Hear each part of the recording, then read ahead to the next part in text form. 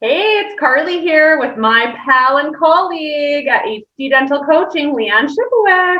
Hi, hi. Hey, LeeAnn, how are you today? I'm good. How about you? Did you have a good week? Oh my gosh, I had such a great week. It was amazing. Me too. But I am happy that it's Friday. Me Not too. only because it's Friday means the weekend's coming, but also because that means it's FAQ Friday. FAQ Fridays. I love it. I love it. I love it. It's so fun. Yeah, It's so fun, and yet, informative. yes, it is. So good. Awesome. Right. You know what? The week went so fast. I think we should have one of these cut right to the chase, get our FAQ right out there today. Get it out there. Okay. Well, you know what? I agree with you, and I'm going to let you read the FAQ this week. Oh, well, thank you. I would be delighted. Here is our FAQ of the week. Okay. What does the term, this is a good one, Mm. chairside treatment coordinator refer to? Oh, that is a good one. And it is under my umbrella. I do love talking about it. However, I think we should call up one of our resident dental assistant coaches at HD Dental Coaching, Jamie. I think she is the perfect person on our HD dental coaching team to answer this for us. Excellent. Is Jamie Jamie? there? Jamie, are you there? Hello. Hello, ladies. Hey, Jamie, how are you? Love her. I'm wonderful. And you? Good. How was your week? Oh, it's been busy, very busy. Well, here we are on a Friday. Thank goodness it's Friday. Yes, TGIF. We do have a dental FAQ question for you, Jamie. Are you Okay, ready? fire away. Are you ready, Jamie? Here it is. Yes. Jamie, what does the term chairside treatment coordinator refer to? Oh my goodness. I love this question. Oh, This good. question just speaks to me because it is so important for a dentist, if he's proactive enough to train his chairside dental assistants to become his chairside treatment coordinator. What that refers to is while she's in the treatment room with the patient, whether it be the dentist there or not, she is actually interacting with the patient and gaining their trust and leading them towards the proposed treatment plan, or whether it's just scheduling regular treatment or if it's a major treatment plan. She can just work wonders with that patient, because in one of our previous FAQ Fab Fridays, we discussed how the dental assistant builds that relationship with the patient, right? She builds trust. She builds the patient's they're comfortable with her, and she is then able to move that patient along in the treatment plan process by while she's in the treatment room. She can be utilizing all of the things that they have, whether it be intraoral photos, Right. x-rays, study models, and she Old can hand mirror. Sometimes just the old hand mirror.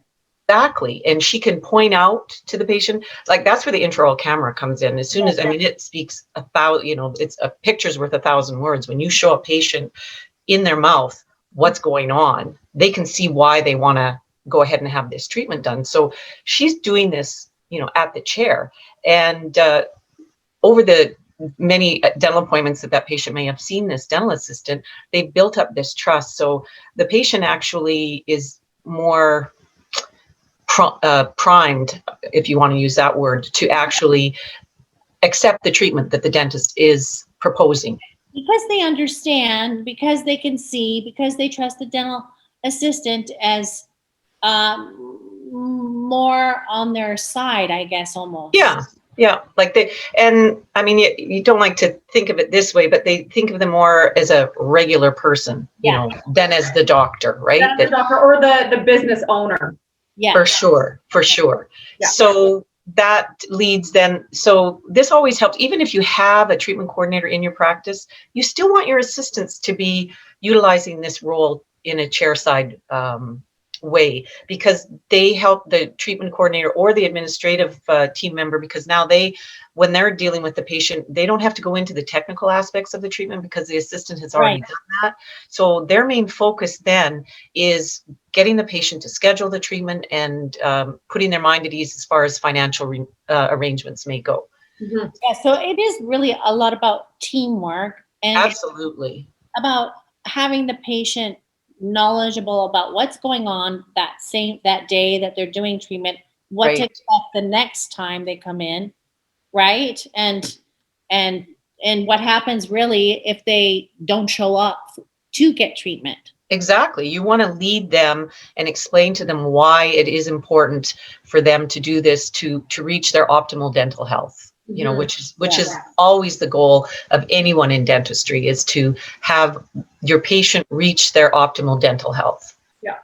You could even take it one step further. In the back, the chairside treatment coordinator could be scheduling the appointments even. Exactly. Like it depends on the practice and what their systems and protocols are. But for sure, once she's actually discuss this treatment with the patient and the patient said, yeah, I think that's a good idea, you want to strike while the iron is hot. You get them in that schedule, and they walk away thinking, okay, now I just have to discuss my finances and I'm on my way to getting this treatment done. And this is where the chairside treatment coordinator comes in the schedule full. Like, even if you're not there for a proposed treatment plan, let's say you brought a patient in who is coming back just for a recall, and then you go back and you look, that you want that dental assistant to have been forward thinking enough to have gone and looked in their unscheduled treatment to see that part. If they have any unscheduled treatment,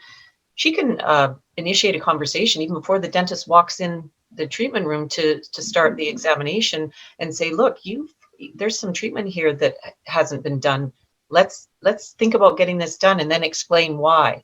So that makes complete sense. Absolutely. Yeah. And again, it goes with the teamwork, and it does alleviate some pressure and stress off of another treatment coordinator or the admin team as well.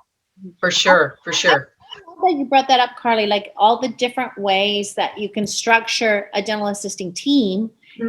And that's for everyone. Like, when we go in and do an assessment and an evaluation and do our magic with teams, we present all different options that they might like to consider, for their dental assisting team. And that's exactly. So the KPIs that Sue talked about at the last one of her Fab Fridays, that's kind of the key performance indicator. One of them is unscheduled treatment. And if you're not filling that, so that's where the dental assistant can come in and fill the schedule and keep the productivity of the practice up as high as it can. And I think in a lot of traditional offices, they don't think about expanding that role and responsibility to the dental assistant. Past doing chairside, assisting the dentist. Right.